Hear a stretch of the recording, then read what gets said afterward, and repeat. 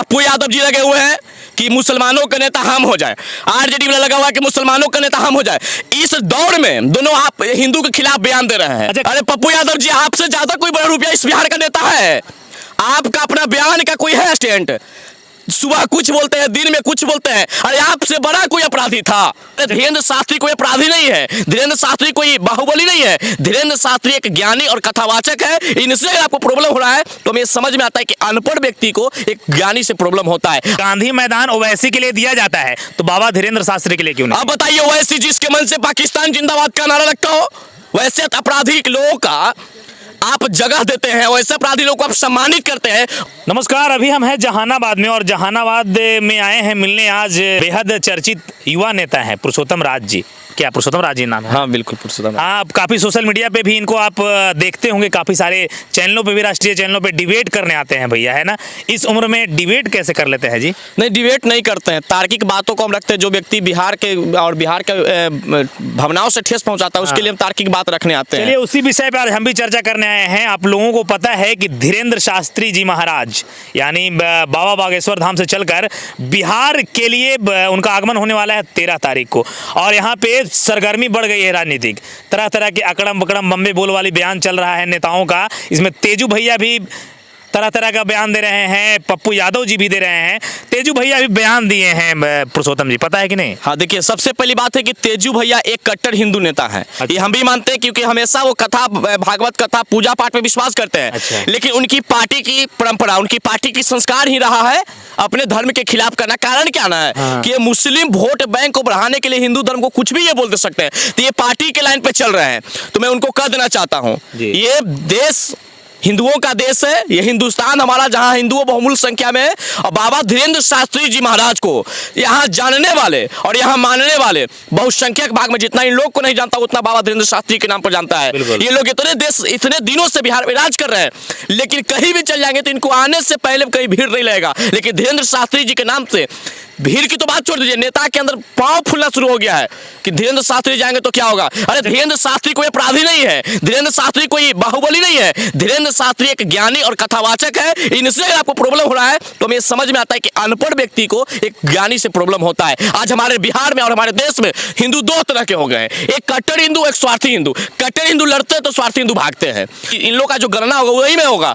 अरे भैया, धीरेन्द्र शास्त्री जी को कहते हैं कि बिहार नहीं आने देंगे, बिहार किसी की बाप के क्या? अरे इतना ही नहीं, ये भी कहते हैं कि हिंदू मुस्लिम करने वाला उस साधु महात्मा है, इसलिए उनका प्रोग्राम होने नहीं देंगे और एयरपोर्ट पर भी जाकर रोकेंगे उनको। अच्छा ये बताइए, कुछ दिन पहले आप दावत इफ्तार पार्टी मना रहे थे, तो ये क्या चीज वाला बात था? ये क्या बिहार वाली बात थी यार? ये भी तो धर्म से जुड़ा हुआ बात था। बिल्कुल। दावत इफ्तार में आपको कोई प्रॉब्लम नहीं है।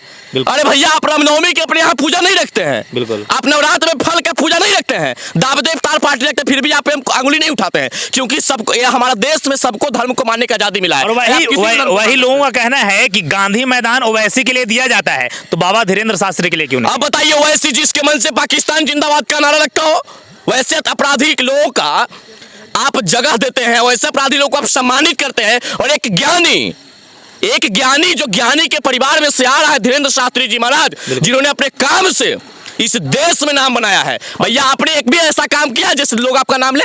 लेकिन धीरेन्द्र शास्त्री जी को लोग दिल में बसाते हैं और दिल में रखते हैं। और धीरेन्द्र शास्त्री से लोगों का उम्मीद होता है, लेकिन हमारे यहाँ बिहार के नेताओं पर किसी को उम्मीद नहीं होता है। लेकिन धीरेन्द्र शास्त्री से आप देखिएगा, धीरेन्द्र शास्त्री जी महाराज जब पटना आएंगे तो इस बिहार के लाखों की संख्या में बीमार हॉस्पिटल नहीं जाएंगे बिहार के। कारण क्या है कि वहां आंख के इलाज में आंख फोड़ दिया जाएगा तो दाहिना हाथ टूटेगा तो बाएं हाथ के प्लास्टर कर दिया जाएगा, लेकिन इलाज के लिए हॉस्पिटल नहीं जाएंगे। लेकिन बाबा धीरेन्द्र शास्त्री महाराज से एक बार जरूर आएंगे उम्मीद लेकर के। भैया, आपको शर्म नहीं आती है कि एक छतरपुर का नौयुवक, जिस उम्र में आप लोग अपराधी बने थे, जिस उम्र में आप लोग मार काट कर, जिस उम्र में आप गरीबों को घर लूट रहे थे, जिस उम्र में आप गरीबों का जमीन लूट रहे थे, उस उम्र में वह व्यक्ति ज्ञान ले रहा था, उस व्यक्ति कथा पढ़ रहा था। शर्म नहीं आती उनके ऊपर उंगली उठाने में? बिल्कुल। और वहीं पप्पू यादव जो जाप सूप में, उनका कहना है कि सब चोर लफंगा लवारिस टाइप का आदमी है, सब कुछ करने वाले नहीं, भड़का बयान ही हमेशा देता है। वैसे लोगों क्या? वही पप्पू यादव ने जो बड़ा रुपया की तरह गाड़ी पर रो रहे थे, वही पप्पू यादव ने है। अरे पप्पू यादव जी, आपसे ज्यादा कोई बड़ा रुपया इस बिहार का नेता है? आपका अपना बयान का कोई है स्टैंड? सुबह कुछ बोलते हैं, दिन में कुछ बोलते हैं। अरे आपसे बड़ा कोई अपराधी था?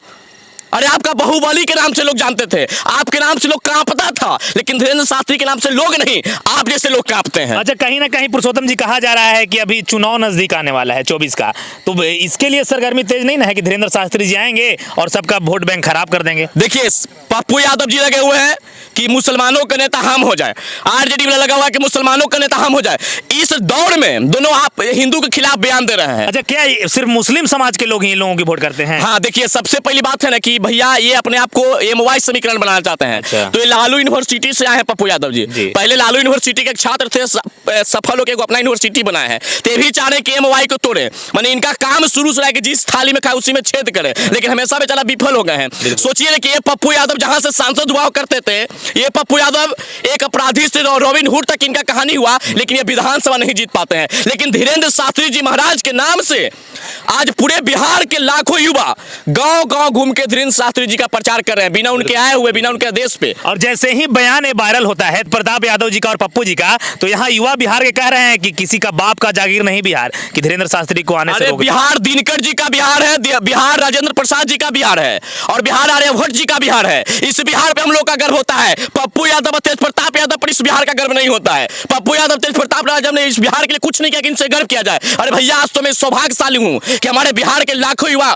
लाखों लोग खर्च करके छतरपुर जा रहे थे, वो आज छतरपुर वाले महाराज हमारे बिहार में आ रहे हैं। उनका हम हार्दिक स्वागत, अभिनंदन करते हैं इस बिहार की धरती पे। और जो नेता इनका विरोध कर रहे हैं, याद रख लीजिएगा, 24-25 में आप हिंदू को नेता कह के आप हिंदू के घर पे वोट मांगने नहीं आइएगा, आपको जहां वहीं जाइएगा, क्योंकि इस बिहार में इन लोगों से ज्यादा चाहने वाले लोग धीरेन्द्र शास्त्री के हैं। हाथ में खनकता उसको तलवार कहते हैं, और सबको धूल चाटता उसको बिहार कहते हैं। भैया, बिहार से आप बिहार को नजरअंदाज करके नहीं जाइएगा। अगर आपको इतना ही प्रेम दूसरे धर्म वाले पर जग रहा है, तो आप उस धर्म को मानिए, हमको कोई तकलीफ नहीं है। लेकिन हमारे सनातन के प्रचार करने वाले पर आप उंगली उठाइएगा, ये कदापि बर्दाश्त नहीं करेगा। हमारा संविधान इजाजत देती है इस बात का कि इस राज्य में, इस देश में किसी भी धर्म को मान सकते हैं, लेकिन यह इजाजत नहीं देता है कि किसी धर्म को मानने वाले को आप रोकेंगे। ये बर्दाश्त से फाजुल है, क्योंकि शेर के नस्लें कभी सियार पैदा नहीं करती, हमारी मां कभी गद्दार पैदा नहीं करती। चलिए, बहुत बहुत शुक्रिया पुरुषोत्तम जी। अभी आप देख रहे थे युवा नेता पुरुषोत्तम जी के साथ, अभी हम जहानाबाद में थे, और अभी 13 तारीख को धीरेन्द्र शास्त्री जी आ रहे हैं